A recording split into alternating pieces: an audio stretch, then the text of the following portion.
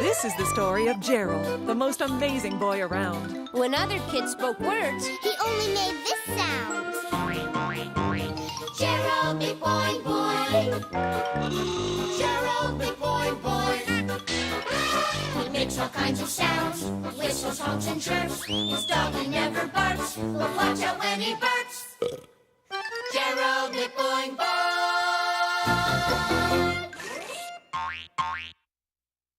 Guess the sound. sound check!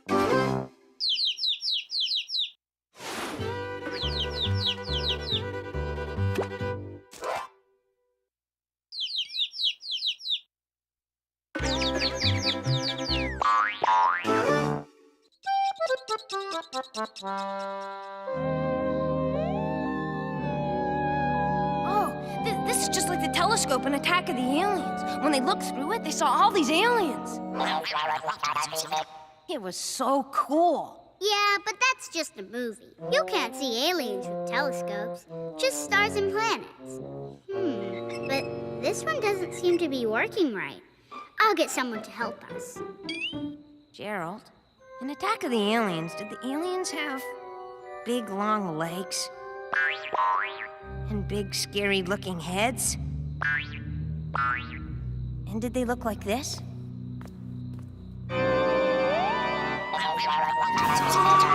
Aliens are attacking! Calm down and tell me what's wrong. Aliens in the telescope! We gotta get out of here!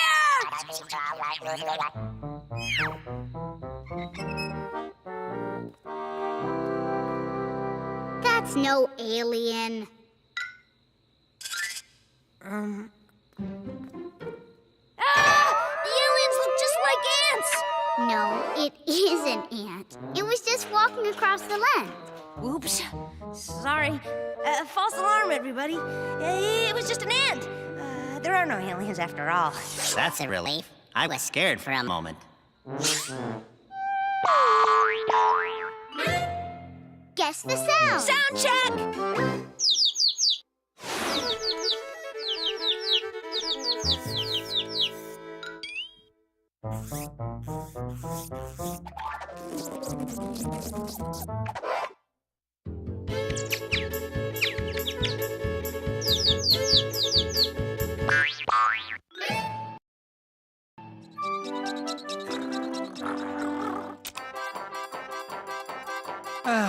Nothing like a good polka to help a guy relax.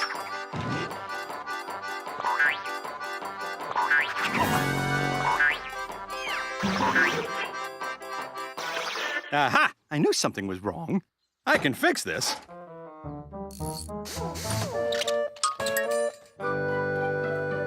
I just can't seem to figure out what's wrong here. The radio keeps making this weird sound. There it is again. You've got the hiccups, huh? And I thought the radio was making that sound. Well, at least it's not broken. I'll just put it back together. It'll be good as new.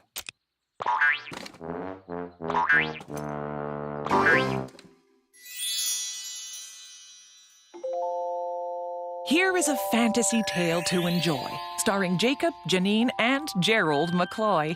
They all play a part in this world of pretend. But the hero is always our sound-making friend.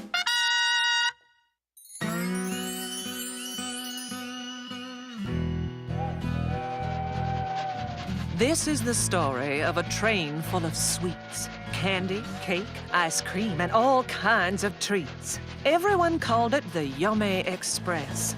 It was one of the most famous trains in the West. The Yummy was racing to Sprinkled Tink Town, where they hadn't had ice cream since their freezer broke down. But we still have lots of sprinkles. The Yummy Express chugged without delay. The engineer shouted, Ice cream's on the way. The train's prize-winning chef, a quite talented guy, was making an ice cream cone 20 scoops high. 9 scoops, 10 scoops. The townsfolk weren't the only ones waiting that day for the world's sweetest train to come chugging their way.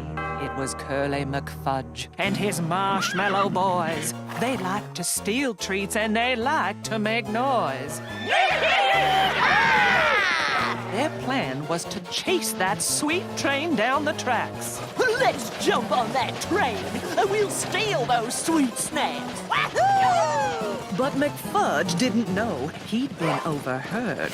Sheriff McBoing-Boing had heard every word. This sheriff was famous and known all around. He looked great in his hat and could make any sound.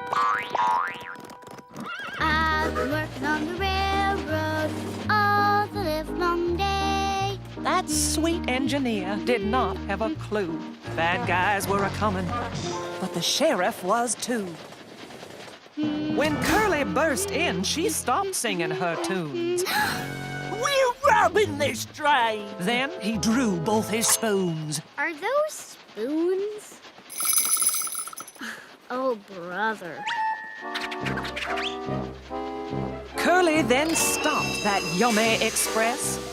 Let's eat all their ice cream. Let's make a big mess.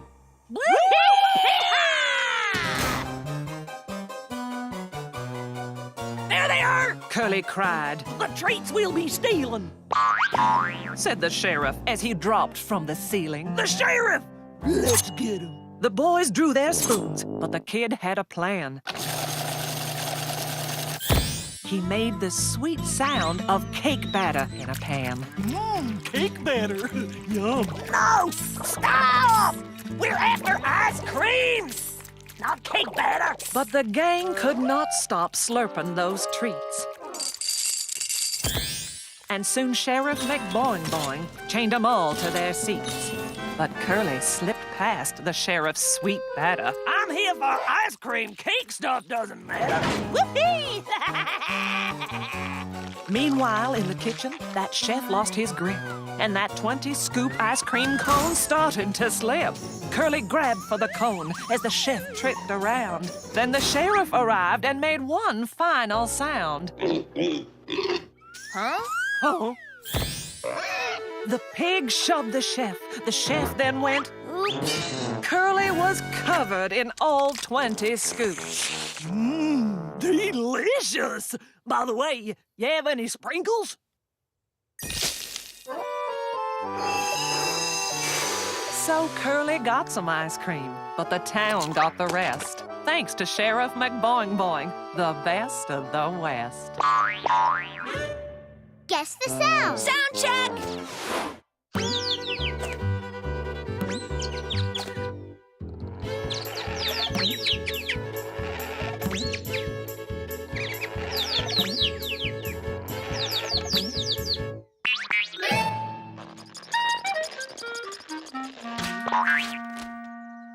Ah, still got the hiccups?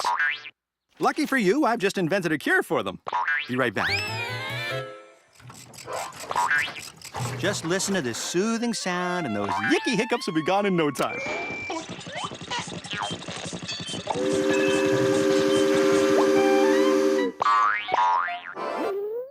Hey, it worked! I'm a genius! That's odd. Now I have the hiccups. Honey, this is really strange. I suddenly got the hiccups. Excuse me? I'm gonna have to do some more work on this invention. Excuse me?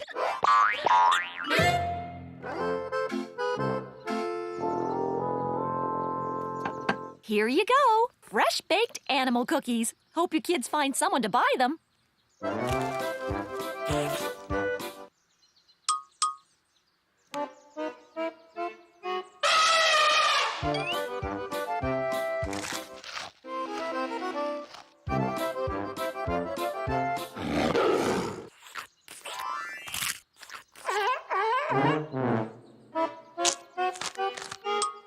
Hey, those cookies sound delicious. I want a whole batch. Thanks. Wow, we're rich! Thanks to Gerald's sounds. And his mom's cooking. Whoa, you've sold out and there are more customers. Good thing I made another batch of cookies. Oh, by the way, I mixed up the animal cookie molds a little. But check out these animals. Bet you never saw anything like this before. Okay, Gerald, let's hear some sounds for these cookies.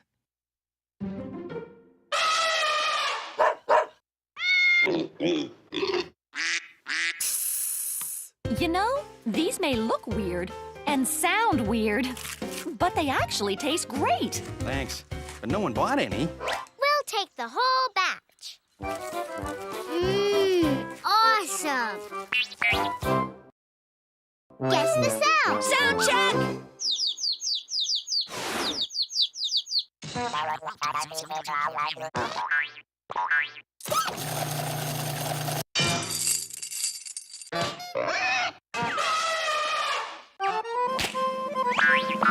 Woohoo! Guess the sound. Sound check!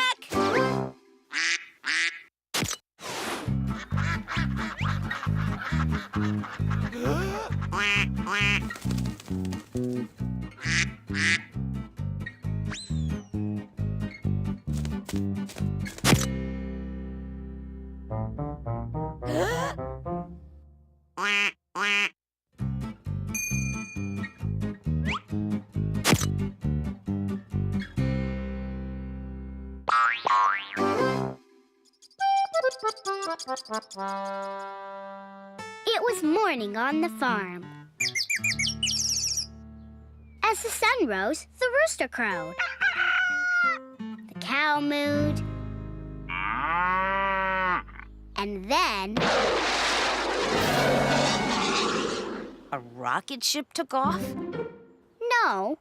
And then Farmer Joe came out to milk the cows. Cows? That sounds more like a dinosaur roaring. The cows really liked Farmer Joe. He had the nicest barn around. Don't tell me there were aliens in that barn. No, actually, the aliens landed next door to the barn. But Farmer Joe always chased them away with his magic crystal. The aliens tried to use their lasers, but they didn't work anymore. And then the cows and rooster called for their dinosaur friend, who scared the aliens back to their rocket ship.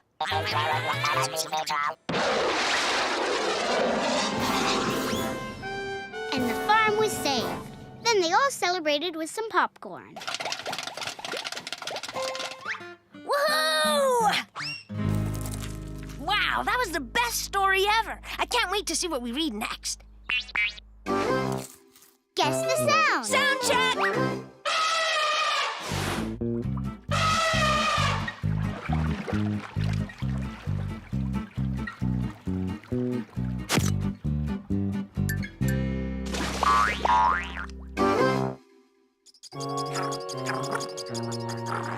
Are you eating your broccoli, Gerald?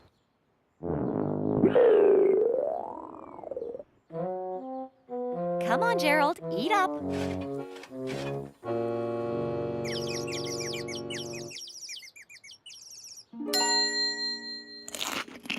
That's better.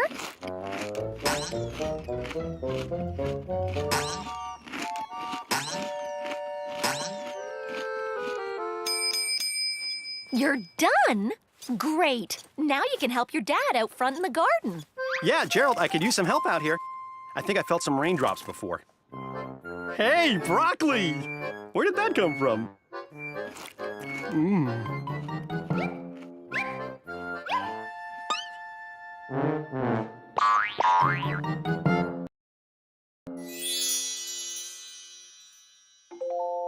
Here is a fantasy tale to enjoy, starring Jacob, Janine, and Gerald McCloy. They all play a part in this world of pretend.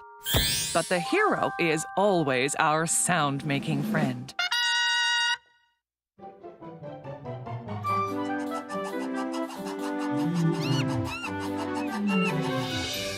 This is the story of two friends at the zoo who fed all the animals and cleaned the zoo, too.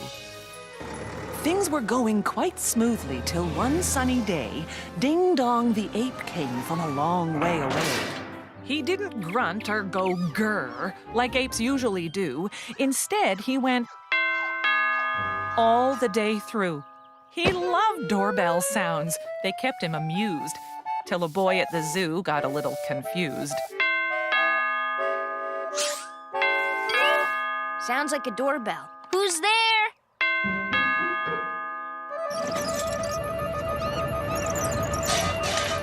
Don't open that door. It's too dangerous. Wait, you can't let him out. But her words came too late.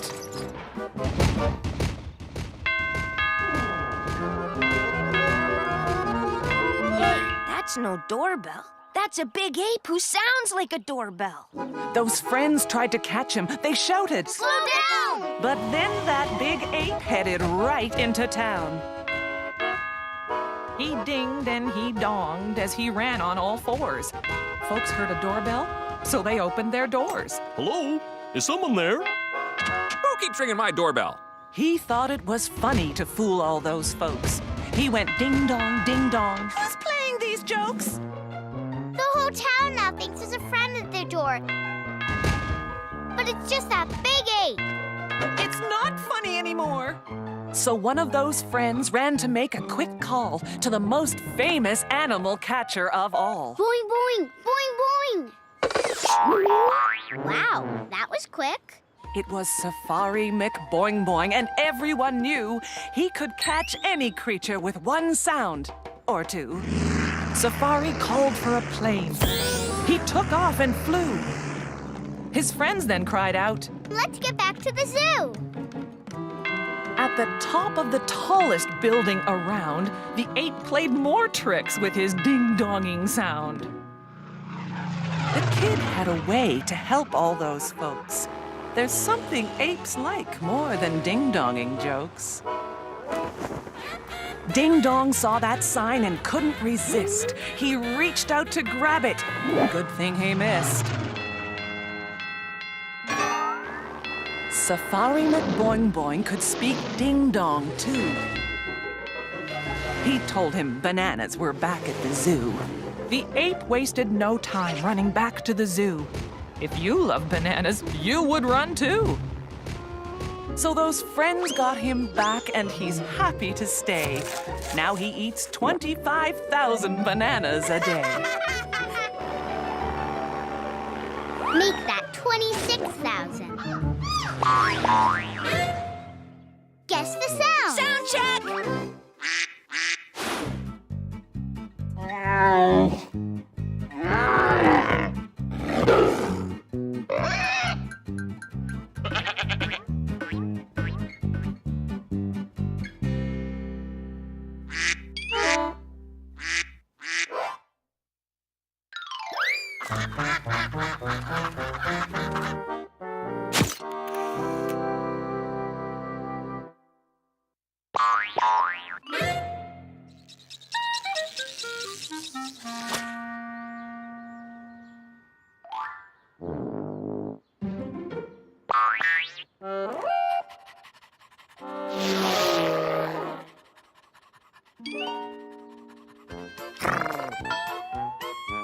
Hey, is someone in here playing Fly the Food? I want to play.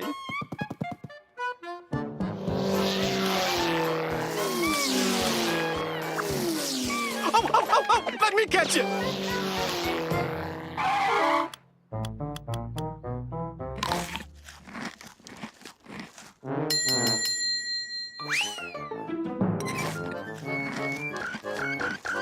Hey, aren't we going to play anymore?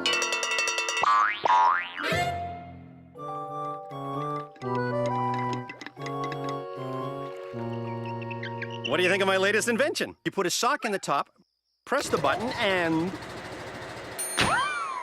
they come out completely folded. That's amazing! I want to see more after dinner. Sure thing. Now, where's the milk?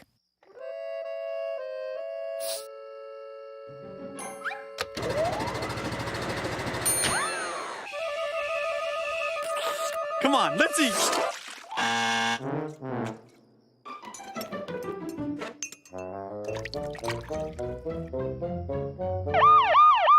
Not now, Gerald. We're eating. New ingredients, honey? They look delicious.